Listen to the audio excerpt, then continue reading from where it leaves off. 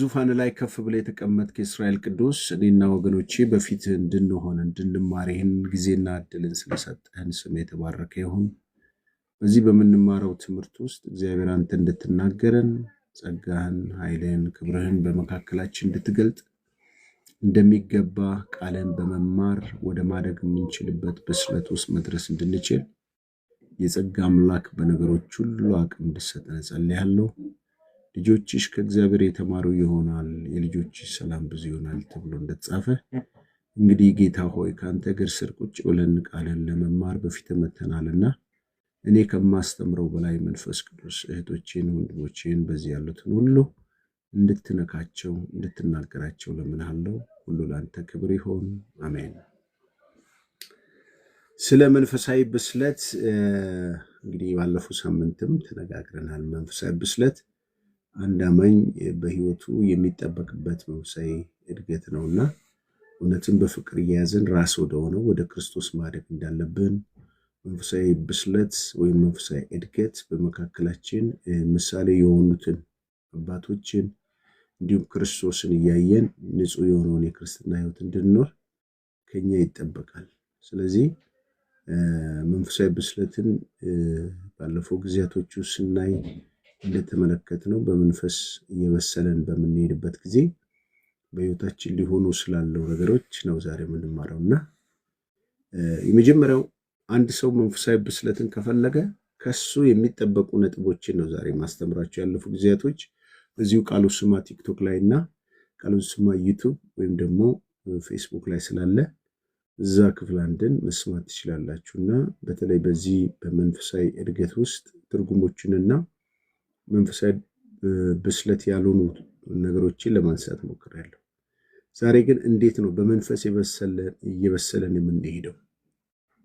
ማንም ሰው ይፈልገዋል። እዚህ ያላችሁም ከራሴም ጀምሮ መንፈሳዊ እድገትም መንፈሳዊ ብስለትም ማንም ሰው ይፈልገዋል እና መንፈሳዊ ብስለትና መንፈሳዊ እድገት በአንድ ጀምር የሚበቅል እንጉዳይ አይደለም።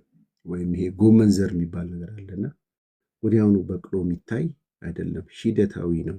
ባለፈውም ተናግሬያለሁ። ነገር እየበሰለን መሄድ የምንችለው በእግዚአብሔር ቤት በቆየን ቁጥር ነው። ለምሳሌ ጥሬ የሆነ ነገርን እንደ ማንጎ እንደ ሙዝ አይነቶች ብትመለከቱ ሁል ጊዜ ማንጎም ሆነ ሙዝ ሸፈንፈን አድርገነው ጊዜ ስንሰጠው ስንደብቀው ትንሽ የተወሰነ ጊዜያቶች ስንሰጠው በስሎ እናገኘዋለን። ጣፋጭነቱን ውስጥ ያለውን ህይወቱን የምናጣጥምበት ጉዳይ ነው ማለት ነው። ስለዚህ እድገት ሁል ጊዜ በአንድ ጀንበር የሚከናወን ሳይሆን ሂደታዊ ነው፣ በሂደት ውስጥ የሚመጣ ነው። ይህን ሂደታዊ እድገትን ደግሞ ከኔና ከናንተ ምን ማድረግ አለብን የሚለውን ነገር ቆም ብለን ልናስብ ይገባል።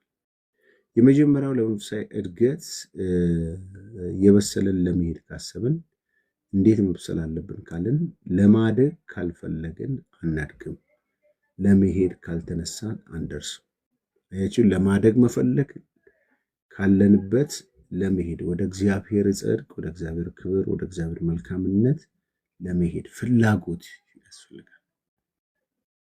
ለምሳሌ ማደግን ማይፈልግ ሕፃን ወይ ደግሞ ማደግን ማይፈልግ ሰው ምግብ አልበላ አለኝ አልጠጣ አለኝ ካለ ሞቱን ፈልጓል ማለት መኖርን አልፈለገም ማለት።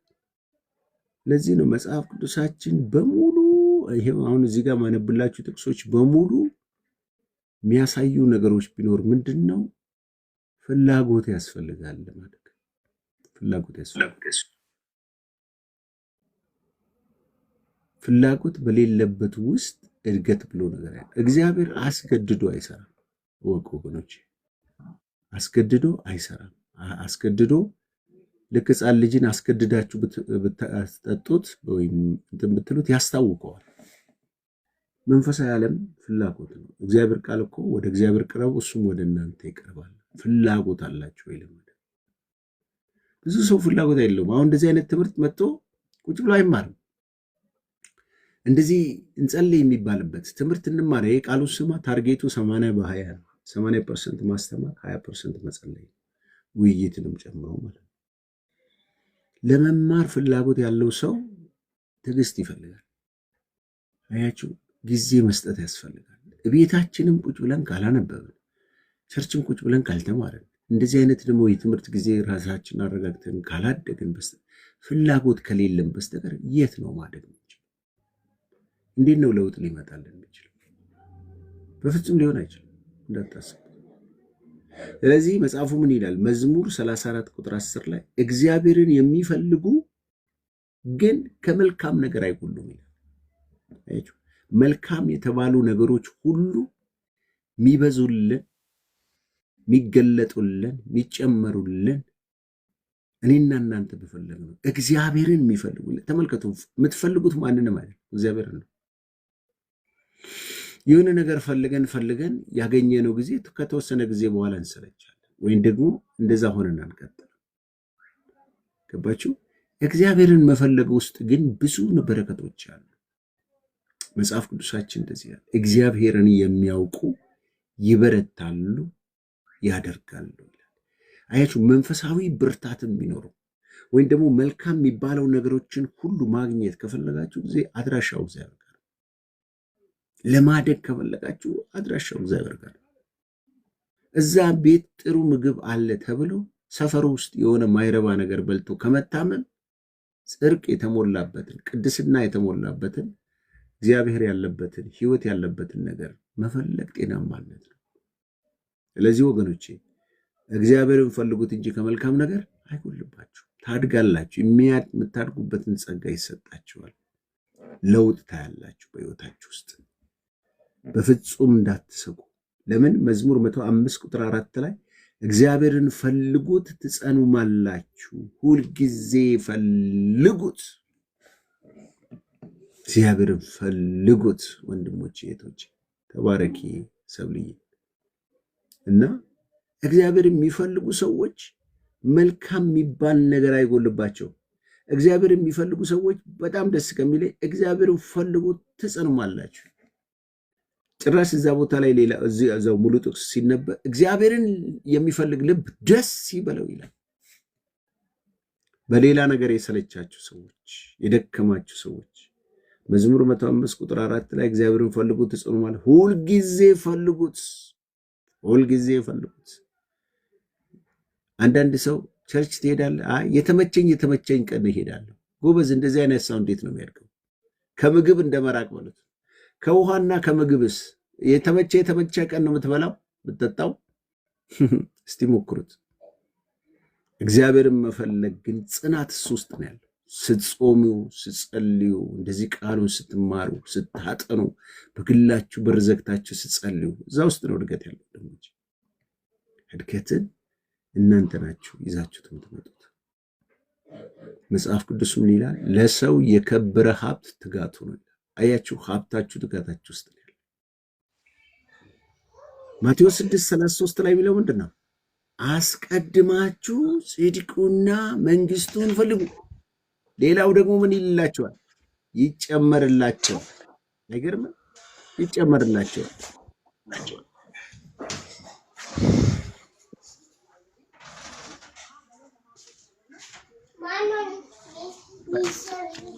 ኦኬ አጥፉት።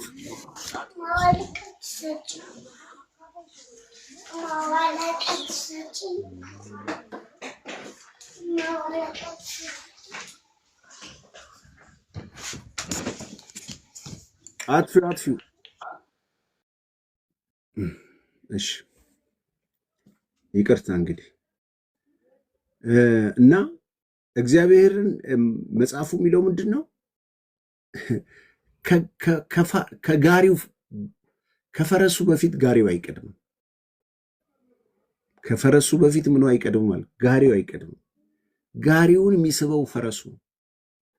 አያችሁ፣ እናንተ የምትፈልጉት የእግዚአብሔር መንግስት ነው ከኋላ ያለውን ነገር የሚስብላችሁ። ይኸው ጽድቅና መንግስቱን ፈልጉ፣ ሌላው ይጨመርላችኋል።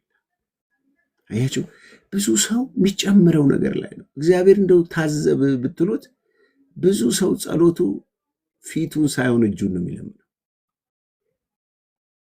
እግዚአብሔር ደግሞ ፊቱን እንዲያዩት ይፈልጋል።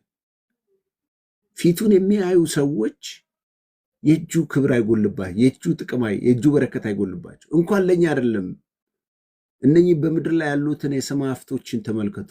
አይዘሩም፣ አያጭዱም፣ ጎተራ የላቸውም። ሰለሞን እንደነሱ አልለበሰም። ወይም ደግሞ እነኚህ እንስሳት ወፎቹን ሁሉ እነኚህ ይወጣሉ፣ ይበራሉ። ያ እኔና እናንተን አባት ተብሎ የተጠራው እግዚአብሔር የሰማይ አባታቸው ሳይሆን የሰማይ አባታችሁ እርሱ ይመግባቸዋል።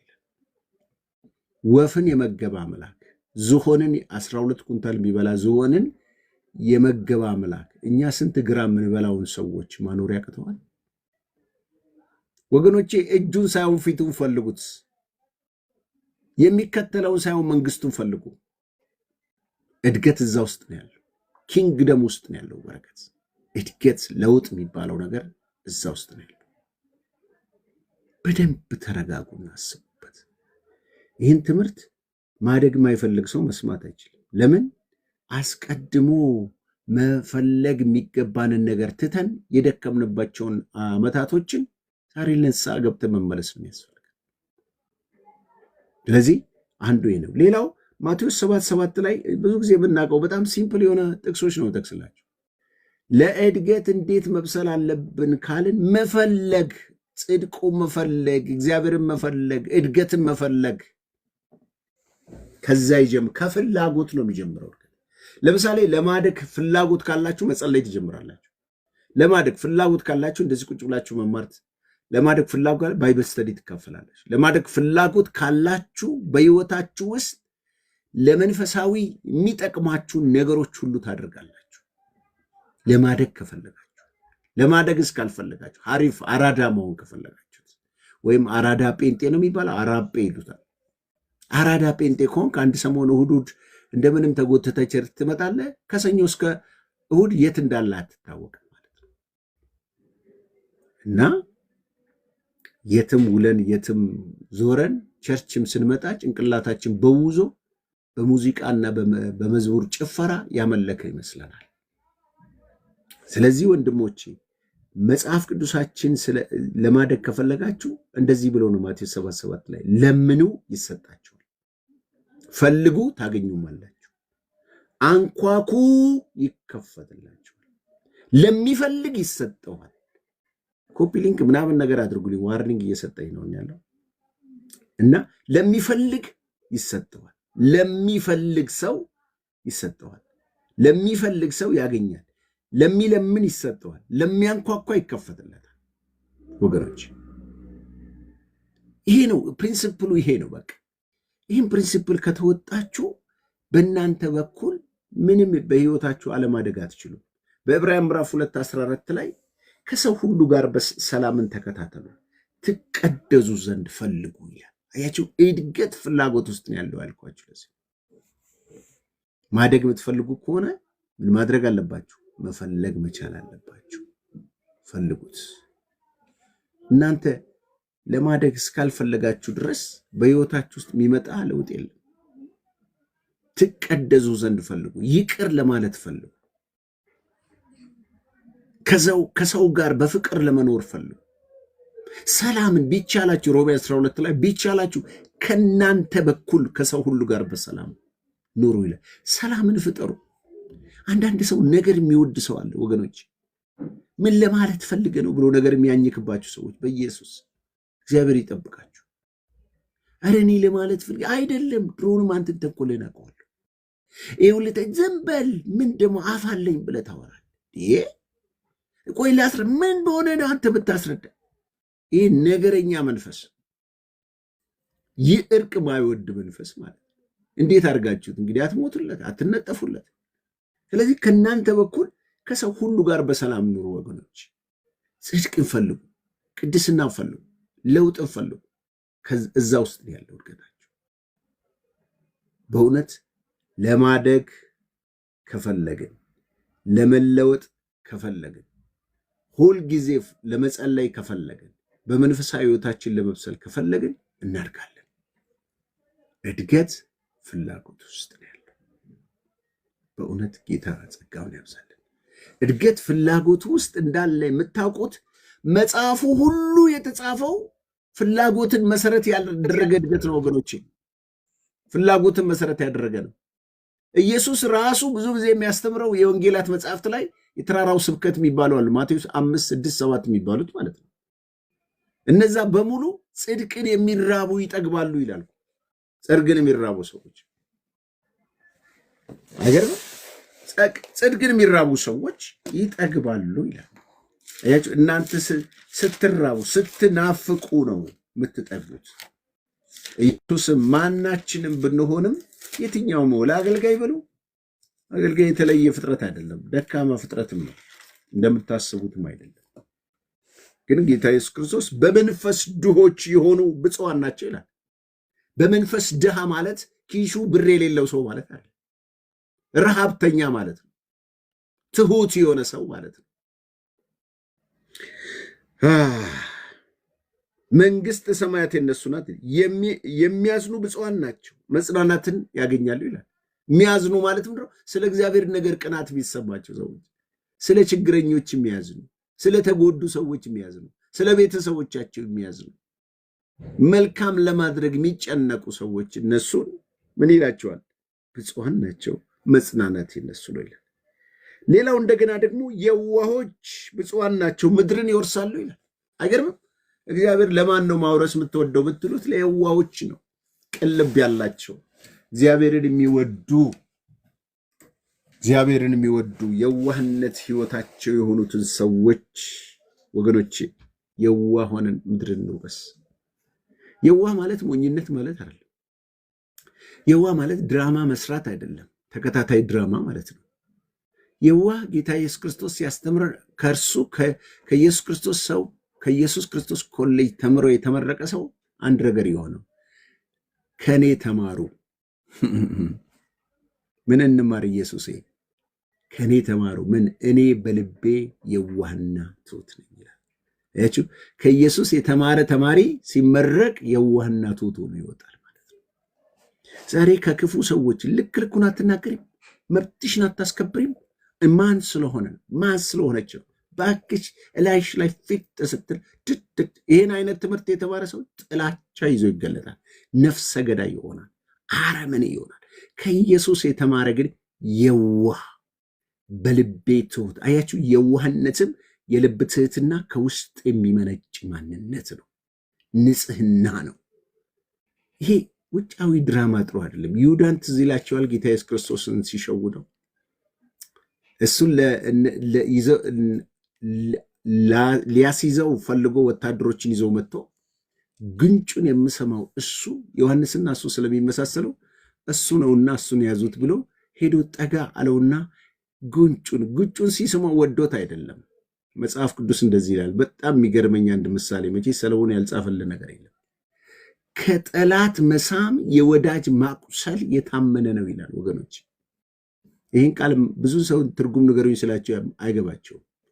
ከጠላት መሳም የወዳጅ ማቁሰል የታመነ ነው። ስማ፣ ጠላት ስሙ ያርድሃል ማለቱ ነው።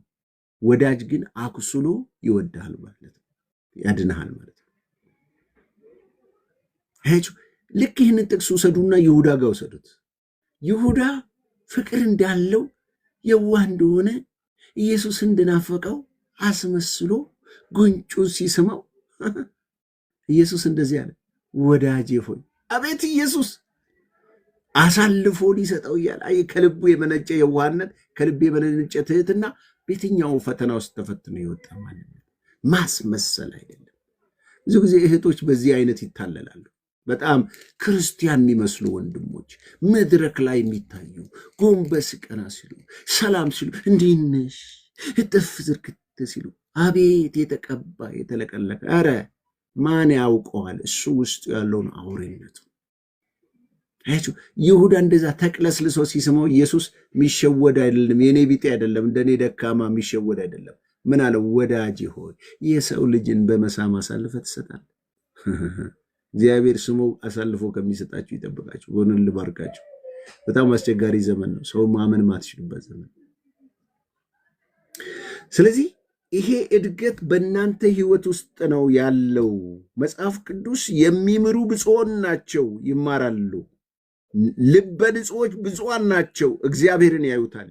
አያችሁ፣ እነኚህ የልባቸው ንጽህና፣ የልባቸው የዋህነት፣ የልባቸው ቅንነት ጌታን በሕይወታቸው ያዩታል። የሰውን ልብ እኮ ከፍታችሁ አታዩት። እኔ ሰው እንድትጠራጠሩ አይደለም የምነግራችሁ፣ ግን ከተጎዳችሁ በኋላ እንዳትቆስሉ ነው የምነግራችሁ። ማናቸውንም ሰዎች ሰው በአፉ እንደሚናገረው አይደለም፣ ልቡ ክፋት ነው፣ አመፅ ነው።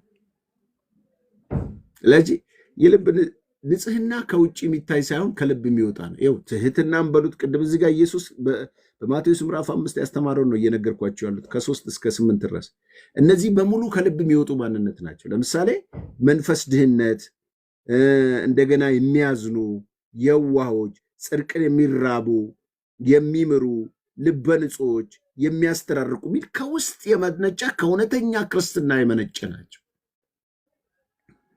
ጽድቅን ሲራቡ፣ ጌታን ሲናፍቁ ለመለወጥ ያላቸውን ጉጉት ነው የሚያሳየው። ስለዚህ የመጀመሪያው እንዴት በመንፈሳዊ ሕይወት እንብሰል ካላችሁኝ በኋላ ስለምትጠየቁ በደንብ አዳምጡኝ፣ ሾልካችሁም እንዳትወጡ። ጌታ ኢየሱስ ይባርካችሁ። ቃሉን ስማ ካስተማረ በኋላ ጥያቄ አለው። ምን ቀረል የሚባል ፕሮግራም አለ። መናገር የማይችሉ ሰዎች እዚህ ንግግር እንደለመዱ ይነግሩኝ ነበርና፣ አዎ እግዚአብሔር ስትናገሩ ቃላችሁን ያበዛላችኋል፣ መንፈስ ቅዱስም ይነካችኋል። ሁለተኛ እንግዲህ አንደኛው መፈለግ ነው ብያለሁ። ሁለተኛው ደግሞ ማደግ ከፈለጋችሁ፣ መብሰል ማቹር መሆን ከፈለጋችሁ፣ አንዳንዶች ደግሞ እንዳደረጉት የነበራችሁትን ትጋት ቀጥሉበት። ጸሎት የጀመራችሁ ሰዎች ጸሎታችሁን ቀጥሉበት። እድገት እዛ ጋር ነው። ፈልጉ፣ ጀምሩት። የጀመራችሁትን የሆነ ጊዜ አታድርጉት። አይታችኋል። የታላቁ ሩጫ ቀን ሰው ሁሉ ሯጭ ይሆናል። ኳስ ሳይ ኳስ፣ መኪና ሳይ መኪና። የሆነ ሰው ያደረገው ጂም ገባው እኮ ጂም ገባው ካለ ሁሉ ጂም ዋላ ጂም ይሆንባቸዋል። ይህ ምንን ነው የሚያሳየው መሰለኝ? ሰው ሲያደርግ የምታደርጉት ሳይሆን ህይወታችሁ አድርጉት። መጽሐፍ ቅዱስ እንደዚህ ይላል፣ እግዚአብሔርን መምሰል ራስን አስለመድ። ስጋዊ ነገር ማስለመድ ለጥቂት ጊዜ ይጠቅማል። እግዚአብሔርን መምሰል ግን ለአሁንና ለሚመጣው ለነገር ሁሉ ይጠቅማል ይላል። በተለይ እግዚአብሔርን ማስለመድ፣ እግዚአብሔርን መምሰል ራስን አስለምድ የሚለው እንግሊዝኛ ላይ ኤክሰርሳይዝ አድርግ። ልክ የሰውነታችን ቦዲ በኤክሰርሳይዝ ጤናማ ቅርጻችን፣ ውበታችን፣ ግርማችን እንደሚጨምር ሁሉ በአንድ ጀመር ዛሬውኑ ጂም ዘራፍ ነው ወንዶ ብላችሁ ብትሄዱ ለሀጭ በለሀጭ ልትሆኑ ትችላላችሁ። አንዳንድ ሰው ጭራሽ ፌንት ሊነቅል ይችላል። አንድ ጊዜ እንዴት አደረጉኝ ጓደኞቼ፣ የዛሬ 10 ምናምን ዓመት ውስጥ የወገብ ህመም ነበረብኝና ስፖርት ስራም ብለውኝ ትንሽ ሰውነቴ ጨምሮ ነበረና ከዛ ምን አደረጉኝ፣ እኔን እዛ ያለሁበት ክፍለ ሀገር በነበርኩ ጊዜ ነው፣ ጠዋት ተነስ፣ ጫማ ግዛ፣ ቱታ ግዛ እና ሩጫ እንወጣለን። 1 ኪሎ ሜትር ነው ያለው፣ ስመለስ 2 ኪሎ ሜትር ነው የሚሆነው። ስለዚህ በጣም ቅርብ ስለሆነ በቃ ሩጫ ጀምር ብለው እሺ ዘራፍ ብዬላችሁ ተነስቼ ጠዋት ተለብሼ ምስል ከዛ ለካ እነሱ እንደማልሄድ ሰውነቴ ትንሽ የጨመረ ስለሆነ እንደማልሄድ ስለሚያውቁ እዛ ያሉበት መድረሻው 1 ኪሎ ሜትር ላይ መድረሻው ቦታ ላይ ሆነው እንደደወለሉልኝ አድርገው ሮጠው እነሱ ለካ ሄደው ወደ ከተማ ተመልሰዋል። እኔ ደግሞ እዛው ከመቼው እዛ ደረሱ ብዬ ስሮጥ የሉ የት ናቸው ያሉት? ከተማ ነው ያሉት። እዛ ደርሰው ነው የመጡት። ከዛ በኋላ እንዴ እኛ እኮ ድሮ ደርሰን ተመልሰናል አሉኝ። በጌታ በኢየሱስ እንግዲህ የመጀመሪያ ሩጫ በዛ ሰውነት ላይ ሮጬ ስመለስ አንድ ወጣት ወንድም አለ ከነሱ ጋር አይዞ ፓስተር አይዞ በርታ ትደርሳለህ አይዞ እያሉኝ ዳገቱን የሚገርማችሁ 6 ሳምንት ሙሉ ታመምኩ መሰላችሁ። ይሄ ተሰብስበው ያለ የተከማቸ ሁሉ ስም ወይም ደግሞ የሰውነት እንትን ድብልቅልቅ ወጥቶ እስከምታመም ደረስኩ ማለት ነው። አያችሁ ሰውነትን ኤክሰርሳይዝ የማታረጉት ከሆነ ዘራፍን ይወንዱ ዘራፍ አገልጋይ ሳይው አገልጋይ የሚሆኑ ሰዎች አሉ። ዘማሪው ሳይው ዘማሪ፣ ነቢይ ሳይው ነቢይ፣ ፓስተር ሳይው ፓስተር። እናቴ እንደዛ አይደለም። ክርስትና ሂደታዊ እድገት ነው። ማቹሪቲ ዝም ብሎ አይመጣም። የራሳችንን ተፈጥሮ እንኳን ተመለከቱ። ከእናታችን ማህፀን ጀምሮ ነው እድገት የጀመርነው። ከዛ ጊዜ ከተወለድን ጀምሮ በተለይ እስከ 20-25 ዓመት የሰው ልጅ ያድጋል ይባላል እና ከዛ በኋላ የአይምሮ ብስለት ይቀጥላል ማለት ነው። ይሄ ማቹሪቲ የሚባለው ነገር ብስለት ይቀጥላል። ሰው ዘመኑን ሁሉ በእድገት ውስጥ ነው። ወደ 60 ውስጥ እንኳን ሲደርስ የሀገር ሽማግሌ አማካሪ ተብሎ ይባላል። ለምን? የሀገር መሪ ሁሉ የሆነ አሁን ትራምፕን አትመለከቱትም? ከሱ በፊት የነበረው ባይደንን ተመልከቱት። የሆነ ሰውነታቸው እየተንቀጠቀጠ ማለት ነው። ለምንድነው የሚፈልጉት? እድሜ ያመጣላቸው ማቹሪቲ ሀገርን ይገዛል ስለሚለው። ስለዚህ እባካችሁ የሁለተኛው ነጥብ ምንድነው ሲሉ ጉዟችሁን ቀጥሉበት፣ ትጋታችሁን ቀጥሉበት። የአንድ ሰሞን አታርጉት። ማደግን መለወጥን ከፈለጋችሁ ሁልጊዜ ጸልዩ፣ ሁልጊዜ አንብቡ፣ ሁልጊዜ አምልኩ፣ ሁልጊዜ እግዚአብሔርን ፈልጉት፣ ሁልጊዜ መንፈሳዊ ነገር ተከታተሉ፣ ሁልጊዜ ጠይቁ። እኔ ሁልጊዜ ስልኬ ከፍት ነው ለመማር። እኔ ግለሰቦችን ሁሉ ባይብል አስጠንድቼ እዛ አውሮፓ ያሉትን፣ አሜሪካን ያሉትን፣ አረብ ሀገር ያሉትን ወንድሞችን እህቶችን አስተምሬያለሁ። በሚገርም ሁኔታ አስጠንቼ ጴጥሮስን፣ ዮሐንስ ወንጌልን ያስጠናዋቸዋል። ለምን? ፍላጎት ካላቸውን የጊዜ ስብሰጥ እዚህ ፍላጎት አቶ እየተጎተተ የሚመጣ ጉባኤ ከማስተማር እንዲህ የተራቡ ሰዎችን ብንመግብ እኮ ይኸው እነሱን አተርፈናል። እነኛ ሰዎች ህይወታቸው የተለወጠ አገልጋይ ሁሉ የሆኑ ሰዎች አውቃለሁ። ስለዚህ እድገታችሁን ቀጥሉ ነው ሁለተኛው ነጥብ። ለማደግ ከፈለጋችሁ እዚህ የኔ ቃሉን ስማ ማክሰኞና አርብ ትምህርት አለ። ሮብ እንደገና ሰኞ እና አርብ ሌሊት ላይ ደግሞ ሰኞ በአውሮፓ 5 PM ላይ አለ። በእንትን ደግሞ በኢትዮጵያ 2 ሰዓት ከምሽቱ 2 ሰዓት ላይ አለን ሰኞ። አርብ ዕለት ደግሞ ሌሊት 10 ሰዓት ተኩል በኢትዮጵያ፣ በውጭው ሰዓት ደግሞ ወደ 1 ሰዓት ከምናምን ይመስለኛል ሌሊት ነው ለእናንተ። ለአሜሪካን አካባቢ ላሉት ግን በዲሲ ሰዓት አቆጣጠር 8:30 PM ላይ እንደዚህ አይነት ፕሮግራሞች ዙም አለኝ። 2 ሰኞና አርብ ይሆናል። ማክሰኞና እንደዚህ ደግሞ አርብ ደግሞ ይሄ የቲክቶክ ፕሮግራም አለ። ስለ የቲክቶክ ፕሮግራምና የዙም ፕሮግራም አለ። ከዛ ውጭ ደግሞ እኔ እጽፋለሁ። በጣም ቃሉን ስማ የሚል ቴሌግራም ካገኛችሁ ከፍታችሁ አንብቡ። በጣም ብዙ እጽፋለሁ። እንደገና ደግሞ ኦዲዮ ሪከርዶች አሉ። ምሰብካቸው ቸርች ላይ ማስተምራቸው በሙሉ ትምህርቶች አሉ። ስለዚህ ለማደግ ከፈለጋችሁ እነኝን አክሰስ አድርጉ። ዝም ብሎ እድገት አይመጣም ወንድሞች። አንብቡ። ማንበብ ሙሉ ሰው ያደርጋል። ማንበብ ህይወታችሁ እንዲያበባ ያደርጋችኋል። ጽድቅን ስትራቡ እግዚአብሔር ይጨምርላችኋል። ይሄ ነው። ስለዚህ ምንድን ነው ለምሳሌ በሳት ጀምረን መቀዝቀዝ አያስፈልገንም። በጣም በመነቃቃት ጀምረን መቀዝቀዝ አያስፈልገንም። መብሰል ያስፈልገናል። መቀጠል አለ። ታስታውሳላችሁ ኤፌሶን ምዕራፍ 4 ላይ የኤፌሶን ቤተክርስቲያን ራዕየ ዮሐንስ ምዕራፍ 2 ላይ ቁጥር 4 ላይ ዳሩን ግን የምነቅፍብ ነገር አለኝ፣ የቀደመው ፍቅርን ትተሃል ተብሏል። ቀድሞን ትጋት ነበራት፣ ወጣ ትመሰክር ነበረ። ያቺ የኤፌሶን ቤተክርስቲያን ሐሰተኛ ሐዋርያቶችን ሐሰተኛ ትል ነበረ። ትተጋ ነበረ፣ ወንጌል ትመሰክር ነበረ፣ ታገለግል ነበረ፣ ሩጫ ነበረባት የኤፌሶን ቤተክርስቲያን። የሆነ ታይም ላይ ግን እድገቷን ከታረገችው። አያችሁ፣ ሰው ለማደግ ከፈለገ ቀድሞ የሚያደርገውን ልምምዱን የአንድ ዘመን አያርገው፣ ይቀጥልበት፣ ይጨምር ትጋቱን። አገልግሎትን ቢኖር አገልግሎቱን ይቀጥል። ባይብል ስተዲ ከሆነ ባይብል ስተዲን፣ ጸሎት ካለ ጸሎቱን ይቀጥል። በቸርች ፌሎ ካለ ፌሎን ይቀጥል። አታቋርጡት። በዚህ ውስጥ ነው እድገት የሚመጣው። እንደ ኤፌሶን ቤተክርስቲያን ምን አላት? ዳሩን ግን የምነቅፍብ ነገር አለ። በቃ የቀደመው ፍቅርን ትተሃል። ስለዚህ ፍጠንና ንስሐ ገባ። ንስሐ ባትገቢ አላት እዛው ላይ መቅረዜን ከአንቺ ወስዳለሁ።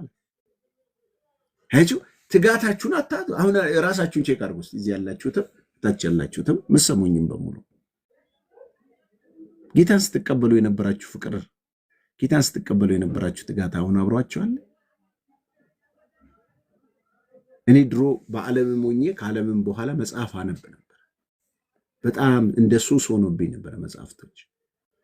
ግን በዚህ በአገልግሎት ብዛት በቸርች ውስጥ ባለው ውጣ ውረዶች ውስጥ አንድ መጽሐፍ ከፍቼ እንኳን መጨረስ ማልችልበት ደረጃ አይችሁ። ነገ የሚቀራመታችሁ የሚበዛበት ዘመን ስላለ ቀን ሳለ እግዚአብሔርን ፊት ፈልጉ ወንድሞች እህቶች፣ ፊቱን ፈልጉት፣ ጸልዩ፣ አምልኩ፣ አንብቡ። ሁልጊዜ እዝራ ይላል የእግዚአብሔርን ቃል ይፈልግ ዘንድ ያደርግ ዘንድ ያስተምር ዘንድ ልቡን አዘጋጀ ይላል። ይሄ ልቡን አዘጋጀ እንግሊዘኛ ላይ ዲቮትድ ሚል ቃል አለ። ይሄ ራስን ለቃሉ መስጠት፣ የዲቮሽን ታይም ሰጠ ማለት ነው። የጥሞና ጊዜ ሰጠ።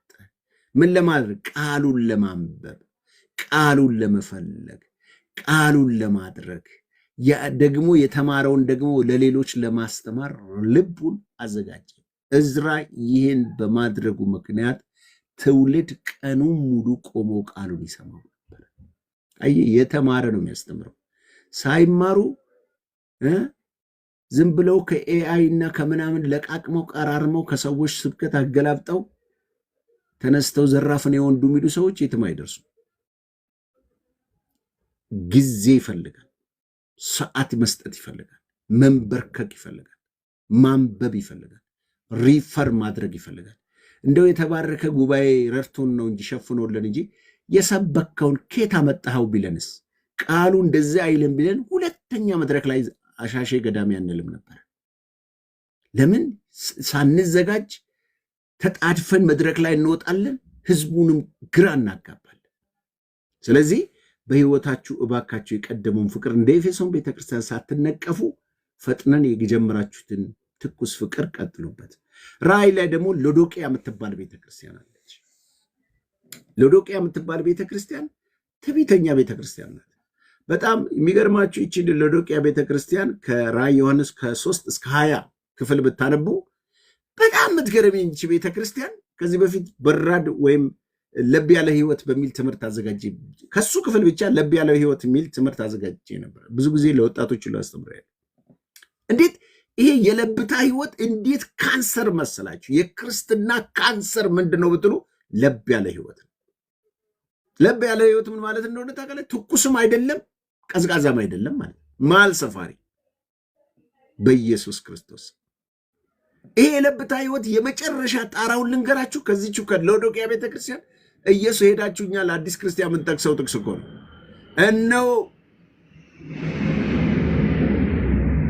እነሆ በደጃፍ ቆሜ አንኳኳለሁ፣ ማንም ድምፄን ቢሰማ በሩም ቢከፍትልኝ ወደሱ ገባለሁ ምናምን ነው የምትሉት እናንተ። ይሄ ለአዲስ ክርስቲያን መስሏችሁ ነው?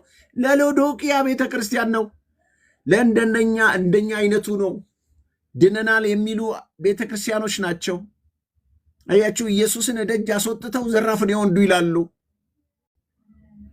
ገፍተው አውጥተው ሕዝቅኤል ምዕራፍ 8ን ስትመለከት ና የሰው ልጅ ሆይ ና እስቲ ልምራ ብለው ወስዶ ግድግዳውን ሸንቁሮ አለው። ሲሸነቁረው የእስራኤል ሽማግሌዎች ጀርባቸውን ለእግዚአብሔር ፊታቸውን ለአውሬ ምስሎች ሰጥተው ሲሰግዱ እንዴት አድርገው ከመቅደስ ገፍተው እንዳወጡ ናና ተመልከት አለው። እግዚአብሔር ይጠብቀን። እቺም የሎዶቅያ ቤተክርስቲያን የድፍረቷ ድፍረት ኢየሱስን ደጅ አድርጋ እኔ ምንድን ነኝ ትላለች። እኔ ሀብታም ነኝ፣ እኔ ባለጠጋ ነኝ፣ እኔ ሁሉ አለኝ፣ እኔ አይጎልብኝም ትላለች።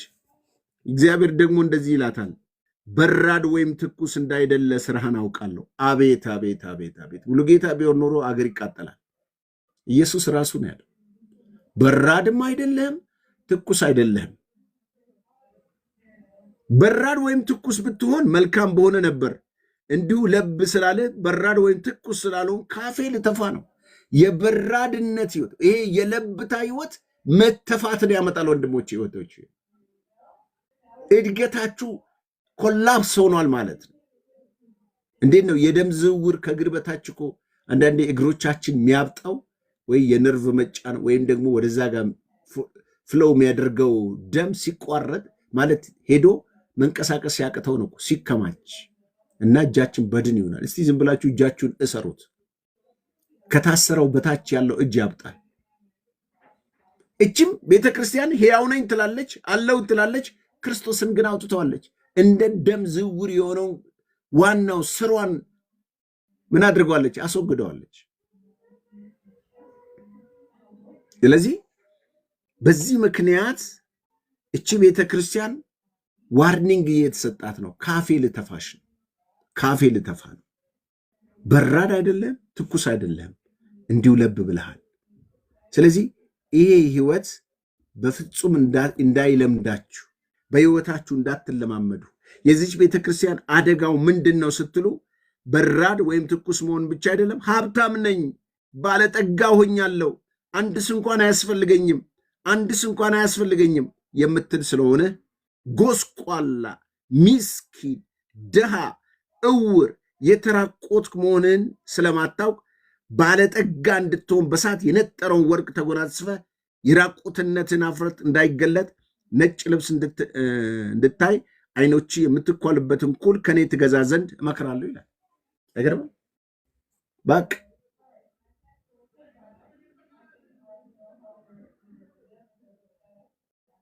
ይሄንን የበራድነት ህይወት እግዚአብሔር ሲቃወመው፣ ሀብታም ነኝ ስትለው ድሃ ነው ይለዋል። ልብስ አለኝ ሲል ደግሞ ጎስቋላ ነው ይለዋል። አያለው ስትል እውር ነው ይለዋል። አይችሁ፣ እግዚአብሔር ከዚህ ይጠብቃል። ስለዚህ መንፈሳዊ እድገታችን እንዳይቋረጥ፣ መንፈሳዊ እድገታችን እንዲቀጥል ከፈለግን ወገኖቼ እኛም እንቀጥል።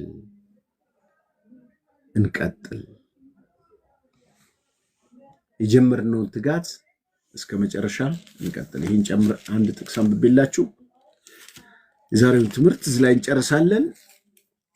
ጨምሩ ወገኖች፣ ትጋታችሁን ጨምሩ።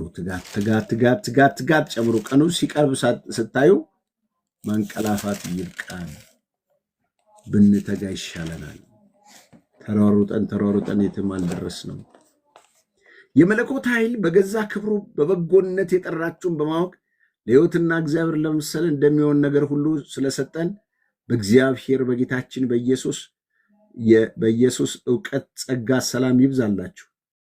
ስለ ክፉ ምኞቱ በዓለም ካለው ጥፋት አምልጣችሁ ከመለኮት ባህሪ ተካፋዮች ትሆኑ ዘንድ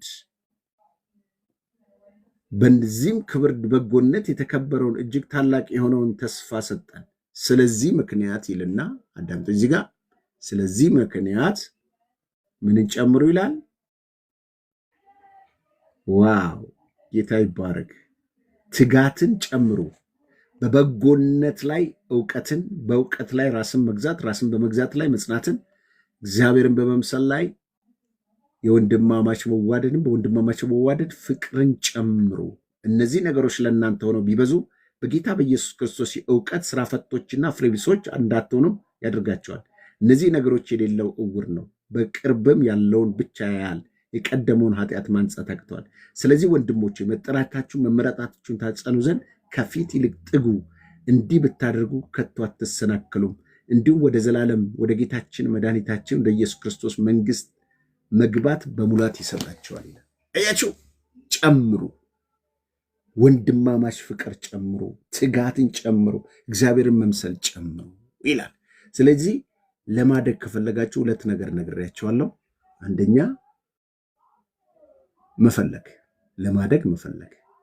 ሁለተኛው ደግሞ ያንን የምንፈልገውን ነገር የአንድ ሰሞን ብቻ ሳይሆን እየተጋን ትጋት መጨመር። ያ ሲሆን እግዚአብሔር ይረዳናል ማለት ነው። ጌታ ኢየሱስ ክርስቶስ ብሩክ ያርጋችሁ።